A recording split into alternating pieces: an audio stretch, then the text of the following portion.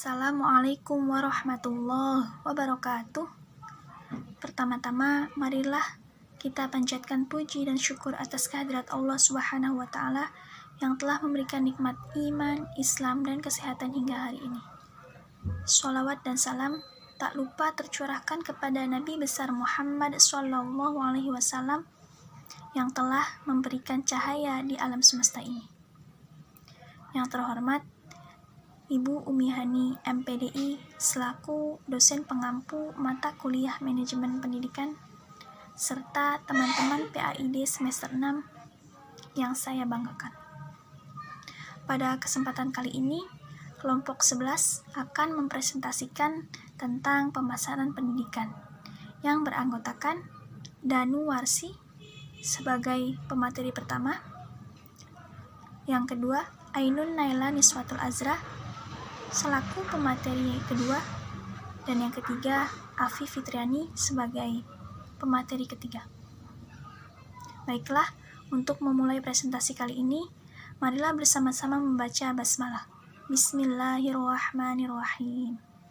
Bismillahirrahmanirrahim. Assalamualaikum warahmatullahi wabarakatuh. Di sini saya Danu dari kelompok 11 yang akan menjadi pemateri pertama dalam kelompok ini. Langsung saja untuk mempersingkat waktu, di sini saya akan menjelaskan tentang pendidikan di era persaingan globalisasi. Globalisasi sendiri didefinisikan sebagai semua proses yang bertunjuk kepada penyatuan seluruh warga dunia menjadi sebuah kelompok masyarakat global. Namun, pada kenyataannya, globalisasi merupakan penyatuan semu karena nilai-nilai seperti ekonomi, sosial, dan budaya didominasi oleh nilai-nilai yang sebenarnya asing bagi masyarakat dunia. Globalisasi sering diterjemahkan mendunia.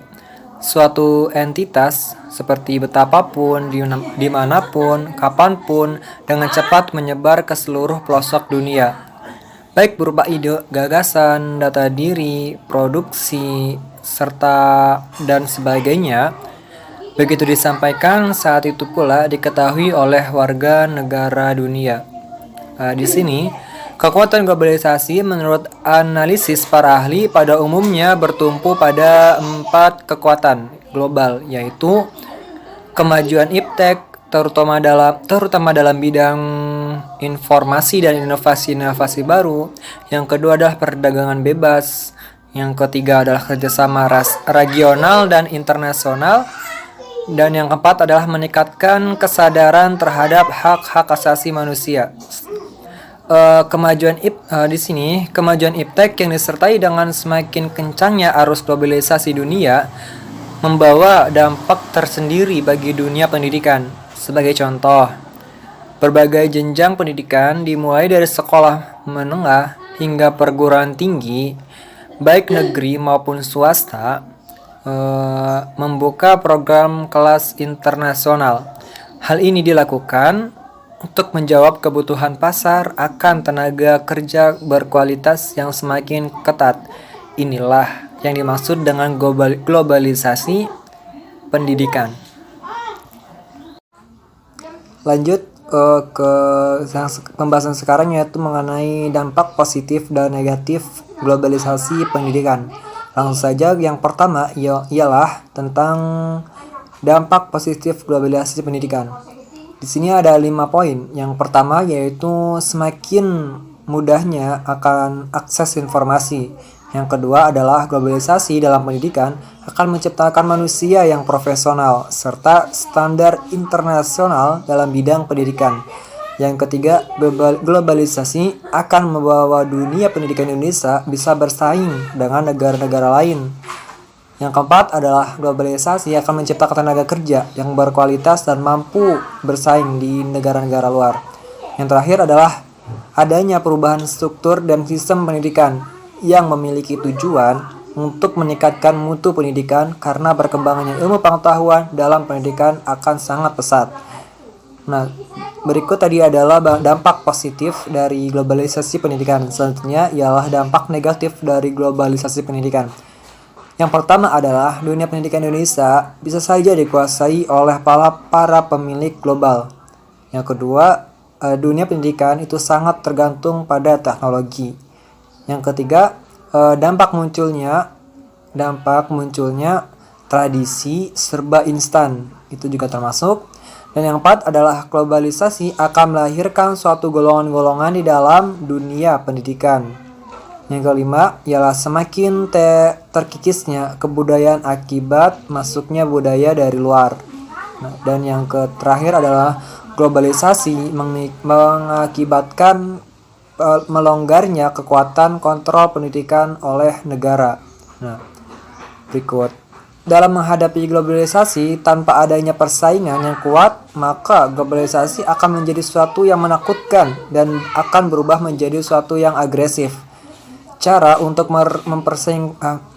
mempersiapkan diri dalam menghadapi globalisasi ini adalah dengan cara meningkatkan kesadaran dan memperluas wawasan. Cara untuk meningkatkan dan memperluas wawasan dapat dilakukan dengan berbagai cara. Dan cara yang paling efektif adalah melalui pendidikan. Nah, meningkatkan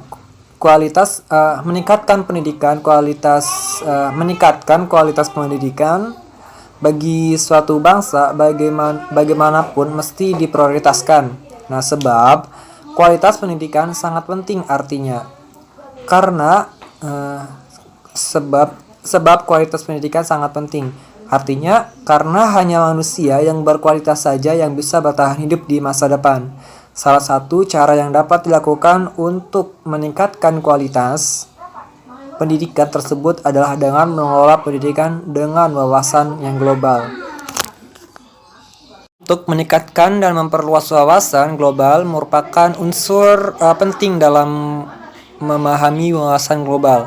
Menurut Makaginsar, yaitu Mimbar Pendidikan pada tahun 1989, agar dapat meningkatkan wawasan global, maka pendidikan memegang peran penting nih. Melalui pendidikan, maka seorang harus mampu mengembangkan 4 hal berikut menurut beliau, yaitu yang pertama adalah kemampuan mengantisipasi. Nah, kemampuan mengantisipasi artinya pendidikan berusaha menyiapkan anak didik untuk mengantisipasi perkembangan iptek yang begitu cepat. Yang kedua adalah mengerti dan mengatasi situasi. Artinya dapat mengembangkan kemampuan dan sikap peserta didik untuk menangani atau mengatasi masalah perubahan faktor yang harus dikembangkan pada diri anak. Dan yang ketiga adalah mengakomodasi, yaitu artinya dapat mengakomodasi perkembangan iptek yang pesat dan segala perubahan yang ditimbulkannya. Dan yang terakhir adalah mereorientasi, yaitu artinya bersepsi dan wawasan tentang dunia perlu diorientasikan kembali karena perkembangan iptek dan perubahan sosial yang cepat sehingga memperoleh wawasan yang semakin luas. Bismillahirrahmanirrahim. Saya A. Naila Niswatul Azra dari kelompok 11 sebagai pemateri kedua yang akan menjelaskan sedikit konsep dasar pemasaran pendidikan. Konsep dasar yang melandasi pemasaran yaitu kebutuhan manusia. Kebutuhan manusia itu merupakan pernyataan dari rasa kehilangan dan mempunyai banyak kebutuhan kompleks. Kebutuhan kompleks itu tidak hanya soal fisik, melainkan rasa nyaman, rasa aman, aktualisasi diri, sosialisasi, penghargaan, dan juga kepemilikan. Pemasaran merupakan suatu proses sosial dan manajerial yang melibatkan kegiatan-kegiatan penting yang memungkinkan suatu individu dan kelompok itu mendapatkan kebutuhan dan keinginan melalui pertukaran dengan pihak yang lainnya dan untuk mengembangkan suatu hubungan pertukaran. Kemudian, menurut John R. Silber menyatakan bahwa Etika marketing dalam dunia pendidikan adalah menawarkan mutu intelektual dan pembentukan watak secara menyeluruh. Hal itu karena pendidikan sifatnya lebih kompleks, yang dimana dilaksanakan dengan penuh tanggung jawab. Hasil pendidikannya pun mengacu jauh ke depan, membina kehidupan warga negara, generasi penerus ilmuwan di kemudian hari. Adapun konsep dasar pemasaran pendidikan mencangkup pasar, sekolah, dan pendidikan. Pasar merupakan tempat bertransaksi berbagai komoditas yang dihasilkan oleh produsen dengan apa yang dibutuhkan, diharapkan, dan diinginkan oleh konsumen. Pemasaran juga merupakan suatu proses transaksional untuk meningkatkan harapan, keinginan, dan kebutuhan calon konsumen, sehingga calon konsumen pun merasa terangsang untuk memiliki produk yang ditawarkan dengan mengeluarkan imbalan sesuai yang disepakati. Kemudian sekolah. Sekolah merupakan salah satu kelembagaan satuan pendidikan. Walaupun kebanyakan orang sering mengidentikan sekolah dengan pendidikan. Pendidikan merupakan suatu wahana perubahan peradaban manusia. Manakala kita membicarakan tentang sistem pendidikan, tidak cukup hanya dengan membahas sistem persekolahannya saja. Sehingga untuk membicarakan pemasaran pendidikan itu pun tidak cukup hanya dengan membahas terbatasnya pada pemasaran persekolahan. Karena paradigma pendidikan yang begitu universal tidak hanya dipandang secara terbatas pada sistem persekolahan. Selanjutnya, pendidikan.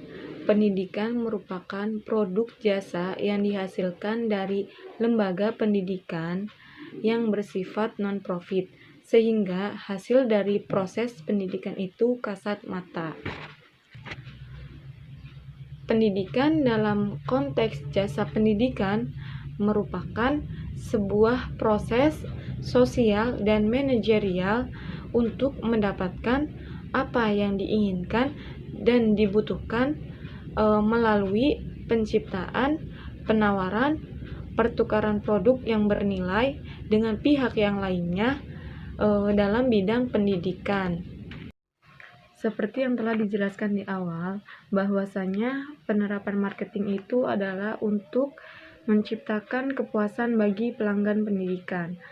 Ketika kita berbicara tentang kepuasan, maka kita harus menyadari bahwa kepuasan antara satu orang dengan orang yang lainnya itu berbeda. Artinya, kepuasan itu berurusan dengan beberapa hal. Dalam melakukan pengukuran kepuasan pelanggan, Kotler mengemukakan beberapa cara, di antaranya yaitu sistem keluhan dan saran, survei kepuasan pelanggan, pembeli bayangan, dan yang terakhir analisis pelanggan yang beralih. Dengan demikian, yang ingin dicapai dari pemasaran pendidikan adalah mendapatkan pelanggan yang disesuaikan dengan target, baik itu yang berkaitan dengan kualitas maupun dengan kuantitas bagi calon pelanggan. Sedangkan fungsi dari pemasaran pendidikan adalah sebagai langkah pembaharuan ketika sebuah lembaga pendidikan harus mengikuti atau mengimbangi ketatnya persaingan dalam memperoleh pelanggan atau customer. Yaitu penerapan pemasaran pendidikan.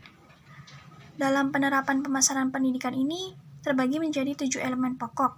Di antaranya, yang pertama ada produk, di mana produk ini merupakan sesuatu yang sangat mendasar, yaitu segala sesuatu yang dapat ditawarkan kepada para customer untuk memenuhi kebutuhan dan keinginannya.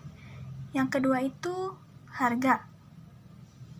Harga ini sejajar dengan mutu produk, di mana apabila mutu produk itu baik, maka customer maupun calon siswa ini tidak keberatan untuk membayar lebih apabila dalam pembayaran ini masih dalam batas jangkauan pelanggan pendidikan. Yang ketiga itu ada tempat atau lokasi sekolah ini merupakan hal yang paling penting karena lingkungan merupakan persepsi dalam mempertimbangkan suatu pilihan. Yang keempat, promosi, di mana promosi ini merupakan aktivitas yang berusaha untuk menyebarkan informasi atau apa yang ditawarkan dari lembaga tersebut. Yang kelima yaitu people atau orang. Dalam artian ini menyangkut peran pemimpin maupun civitas akademika.